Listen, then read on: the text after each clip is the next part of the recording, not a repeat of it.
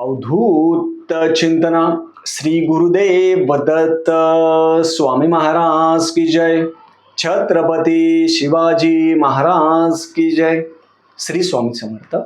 आज मी आपल्याला अक्षय तृतीयाला आपल्या पित्राच्या नावाने घट कसा द्यायचा, संकल्प कसा करायचा आणि अक्षय तृतीयाच्या दिवशी आपल्या पित्रांचं स्मरण कसं करायचं त्याच्याबद्दल मी आज पूर्ण माहिती सांगणार आहे. चॅनलवर पहिल्यांदा आला असेल तर अवश्य सबस्क्राईब करा, म्हणजे येणारे नवीन व्हिडिओ श्री स्वामी समर्थ महाराजांचे गुरुचैत्राचे आणि नवनाथ पारायणाबद्दल माहिती भेटेल.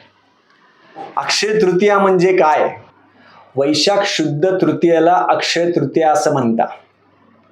हा 3.5 मुहूर्तापैकी एक मुहूर्त आहे. म्हणजे ह्या दिवसापासून तुम्ही जप असेल, ध्यान असेल, हवन असेल, पित्रांची तर्पण असेल, ह्या गोष्टी सगळ्या जर तुम्ही केल्या तर ह्या अखंड चालत असतात. अक्षय तृतीयाच्या शुभमुहूर्तावर खूप जण गाडी घेणार, खूप जण घर बुक करणार, पण खूप जण सोनं घेणार, चांदी घेणार, सगळं करणार. पण तुम्ही अक्षय तृतीयाच्या दिवशी जर घरच्या महाराजांच्या मूर्तीवर जर अभिषेक केला, श्री सुक्त, पुरुष सुक्त, आपल्या कुलदेवतेच्या टाकावर तुम्ही कुंकुमार्चन केलं त्या दिवशी, आणि अक्षय तृतीयाच्या दिवशी जर तुम्ही व्यंकटेश स्तोत्र अनुष्ठान असेल किंवा व्यंकटेश स्तोत्र 11 वेळा, 21 वेळा, 51 वेळा किंवा संक्षिप्त गुरुचैत्र तुम्ही जर वाचलं तर अखंड त्याचा जो आशीर्वाद आहे तो अखंड आपल्याला भेटतो. अक्षय तृतीयासारखा मुहूर्त दुसरा नाहीये. मग त्या दिवशी पित्रांची कोणती सेवा करायची? पित्रांची सेवा करणं खूप महत्वाचं आहे. जसं आपण देवांची सेवा करतो तर पित्रांची सेवा त्या दिवशी कशी करायची? पित्र काय, हे पित्र तृप्त असतात. आपण जेव्हा पित्रांना काय फक्त पाणी काय देतो आपण पित्रांसाठी? आता 15 दिवस तसे असतात. पित्र हे वासाचे भुकेले, फक्त पाणी, थंडगार पाणी. मग अक्षय तृतीयेच्या दिवशी काही काही ठिकाणी घट बसवतात. म्हणजे घट आहे तो देता, खाली गहू असेल, घट असेल, थंडगार पाण्याने घट भरून ठेवायचा. सगळ्यात पहिले आपल्या पित्रांचा फोटो ठेवायचा. मग खूप जण म्हणणार, दादा आमचे आई वडील जिवंत आहे, मग कोणाचं करायचं? तुमचे आजी आजोबा पूर्वज जे असेल ते. एक चौरंग ठेवा, पाठ ठेवा, पित्रांचा फोटो असेल तो फोटो ठेवायचा. फोटो स्वच्छ, पित्रांचा स्वच्छ धुवून घ्यायचा, पुसून घ्यायचा, त्यांना हार घाला. आजी आजोबा कोणी असेल त्यांना हार घाला. हे सकाळच्या वेळेस करायचं आहे आपल्याला. अक्षय तृतीयेच्या दिवशी सकाळीच जागा स्वच्छ करून घ्या. दक्षिण दिशेला केला तरी चालतं. खाली चौरंग ठेवा, पाठ ठेवा. जागा कमी असेल नुसतं ठेवलं तरी चालतं. खाली गहू ठेवा, त्याच्यावरती घट ठेवा, घटावरती अजून एक छोटा घट असेल तो ठेवायचा. पाणी थंडगार भरून ठेवायचं. काही काही जण आंबा ठेवता, काही काही जण त्या दिवशी एक ताट करून गच्चीवर ठेवता. आपापली पद्धत असेल, आपापल्या पद्धतीप्रमाणे करावा. असंच करावं असं विनंती नाही मला सगळ्यांना. पण आम्ही जसं करतो, घट असेल घट ठेवतो, वरती अजून एक घट करतो, थंडगार पाण्याने भरून ठेवतो. पित्रांचं नावाने तर्पण करायचं त्या दिवशी. तर्पण म्हणजे काय? ज्यांचे आई वडील जिवंत असेल त्यांनी तांदूळ घ्या, ज्यांचे आई वडील जिवंत नसेल त्यांनी काळे तीळ घ्यायचे. तर्पण करताना काय करायचं? आपले पित्र आहेत त्यांच्या नावाने पहिले आसन न घेता त्यांच्या समोर बसायचं. धूप लावा, दीप लावा, दिवा लावा, तुपाचा लावा, तेलाचा दिवा लावा. पितृ अष्टक घ्यायचं, पितृ नमन घ्या, पितृस्तुती घ्या. ही सेवा करायची. ही सेवा करणं महत्वाचं आहे. नाही तर नुसतं घट दिलं आणि झालं असं नाही. हे झाल्यानंतर आपण जे घट आहे ते ब्राह्मणाला दान करावं. तुम्ही म्हणणार मग मंदिरात देतो, इथं देतो, तिथं देतो, तसं नाही. ते प्रॉपर ब्राह्मणाला दान द्यायचं. ब्राह्मण नाही भेटला तर तो घट, ब्राह्मण नाही जर तुम्हाला नाही भेटला तर तो घट आहे तो आपण पशु किंवा पक्ष्यांना पाण्या पिण्यासाठी ठेवू शकता. काही हरकत नाही तसं. तेवढी जी दक्षिणा आहे ती दक्षिणा ब्राह्मणाला देऊन टाकायची आणि तो घट पक्ष्यांना पाणी पिण्यासाठी आपण गच्चीवर ठेवू शकता. काही प्रॉब्लेम नाही. मग आता त्याचं ही सेवा केल्यानंतर त्याचा संकल्प कसा करायचा? मी स्क्रीनवर दाखवला आपला संकल्प. घट देताना काय करायचं? दक्षिण दिशेला बसायचं, हातामध्ये पाणी घ्या. आता ज्यांचे आई वडील जिवंत असेल त्यांनी तांदूळ घ्या. हे कोणीही करू शकतं, असं काही बंधन नाही आहे की यांनीच करावं त्यांनीच करा. कोणीही करू शकतं. तिथे समोर तुम्ही शिदा, दक्षिणा, वस्त्र अलंकार, कारण की अक्षय तृतीयेच्या दिवशी केलेलं जे दान असेल ते अक्षय टिकतं. तुम्ही शिदा असेल, दक्षिणा असेल, शिदा म्हणजे खूप जण म्हणतात, शिदा माहितच नाही खूप जणांना.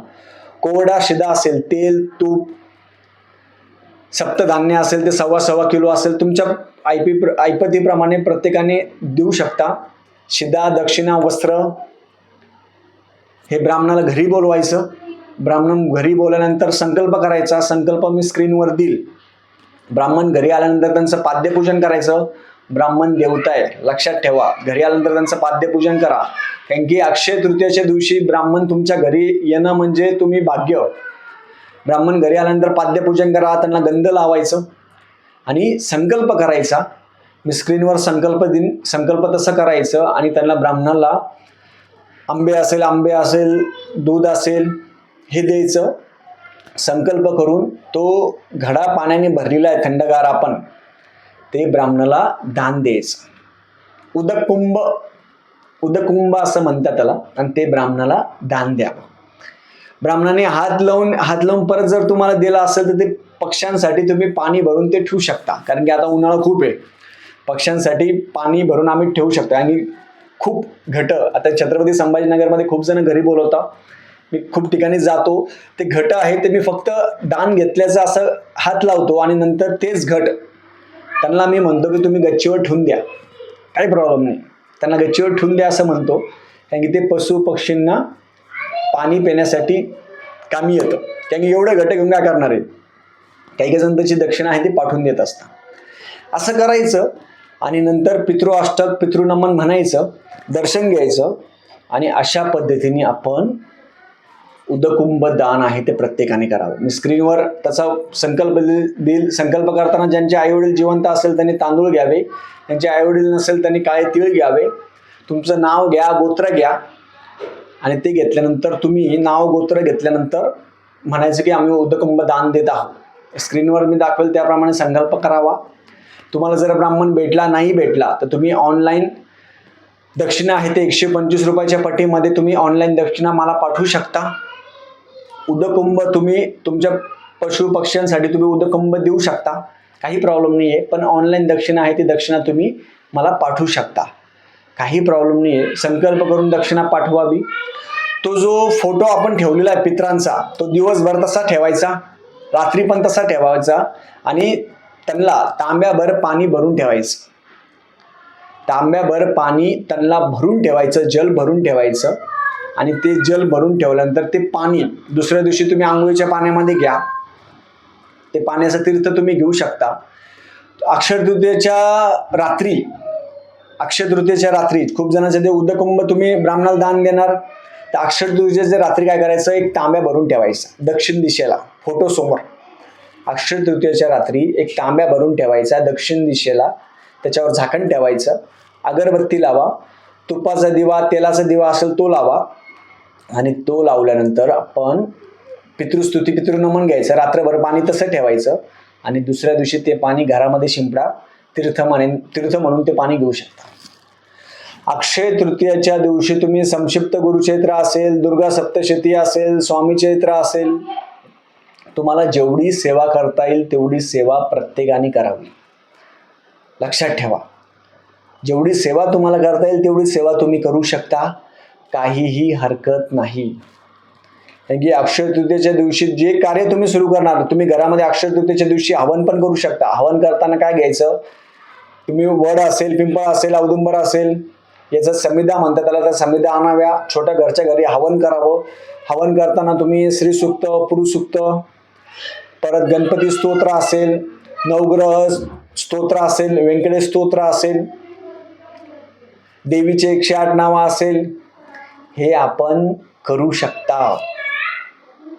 अक्षय तृतीयेच्या दिवशी तुम्ही व्यंकटेश स्तोत्र असेल, संक्षिप्त गुरुचैत्र असेल ते वाचू शकता. आणि अक्षय तृतीयेच्या दिवशी आपल्या घरच्या देवीच्या टाकावर अभिषेक करावा. लक्षात ठेवा सगळ्यांनी, आपल्या घरच्या देवीच्या टाकावर अभिषेक करा. देवी असेल, खंडोबा असेल, महाराजांच्या मूर्तीवर अभिषेक करावा. हे महत्वाचं आहे. अक्षय तृतीयेच्या दिवशी तुम्ही गाडी घेणार, बंगला घेणार, हे सगळं आहे. पण अक्षय तृतीयेच्या दिवशी नामस्मरण जास्त करायचं। अक्षय तृतीयेच्या दिवशी आपले गुरु कोणी असेल, गुरु असेल त्यांना जाऊन भेटा, त्यांचं पाद्यपूजन करा आणि अक्षय तृतीयेच्या दिवशी प्रत्येकाने नामस्मरण जास्त करायचं।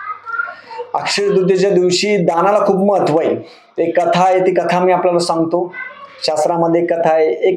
एक सज्जन व्यक्ती होता, तो काय करायचा, त्यांनी अक्षय तृतीयेच्या दिवशी एक उदकुंभ घट आहे ते आणायचा, पाण्याने भरून ठेवायचा आणि ब्राह्मणाला त्याच्या घरी जे धान्य येत होतं, आता कसं सगळ्यांच्या घरी धान्य आलं बा, गहू असेल, तांदूळ असेल, काही असेल, ते सगळं धान्य आहे, धान्य ब्राह्मणाला घरी बोलवायचा आणि ब्राह्मणाला धान्य असेल, शिदा असेल, दान असेल, सोनं असेल, चांदी असेल, त्याच्याकडे जे जे होतं ते ब्राह्मणाला घरी बोलवून दान द्यायचा। तर त्यांनी असं दान दिल्यानंतर, पहिल्या वर्षी त्यांनी दान दिल्यानंतर तो असा वारला। दान दिल्यानंतर काही काळानंतर तो वारला। त्याचा दुसरा जन्म आहे तो राजाचा झाला। राजाचा जन्म झाल्यानंतर तरी पण तो प्रत्येक अक्षय तृतीयेच्या दिवशी त्याला जेवढं देता येईल तेवढं त्यांनी दिलं। हे दान असतं। अक्षय तृतीयेच्या दिवशी गेलेलं दान म्हणजे तुम्ही 1 रुपया जरी दान केला तर तिपटीने दान वाढत राहतं। म्हणून अक्षय तृतीयेच्या दिवशी तुम्ही ब्राह्मणाला असेल, शिदा असेल, दक्षिणा असेल, वस्त्र असेल, ते संकल्प करून दान द्यावं। आपल्या ऐपतीप्रमाणे दान द्यावं। तुम्हाला जेवढं जमेल तेवढं दान द्यावं, त्याचं फळ तुम्हाला भेटत असतं। अक्षय तृतीयेच्या दिवशी जप असेल, हवन असेल, तर्पण असेल, या पद्धतीने आपण करू शकता। आणि अक्षय तृतीयेच्या दिवशी जर जमलं तर आपण संक्षिप्त गुरुचरित्र हे आपण सामूहिक घेणार आहोत। जमलं तर आपण सामूहिक संक्षिप्त गुरुचरित्र घेणार आहोत। अशा पद्धतीने सगळ्यांनी सेवा करावी। झालेली सेवा मी महाराजांच्या चरणी रुजू करतो। श्री स्वामी समर्थ।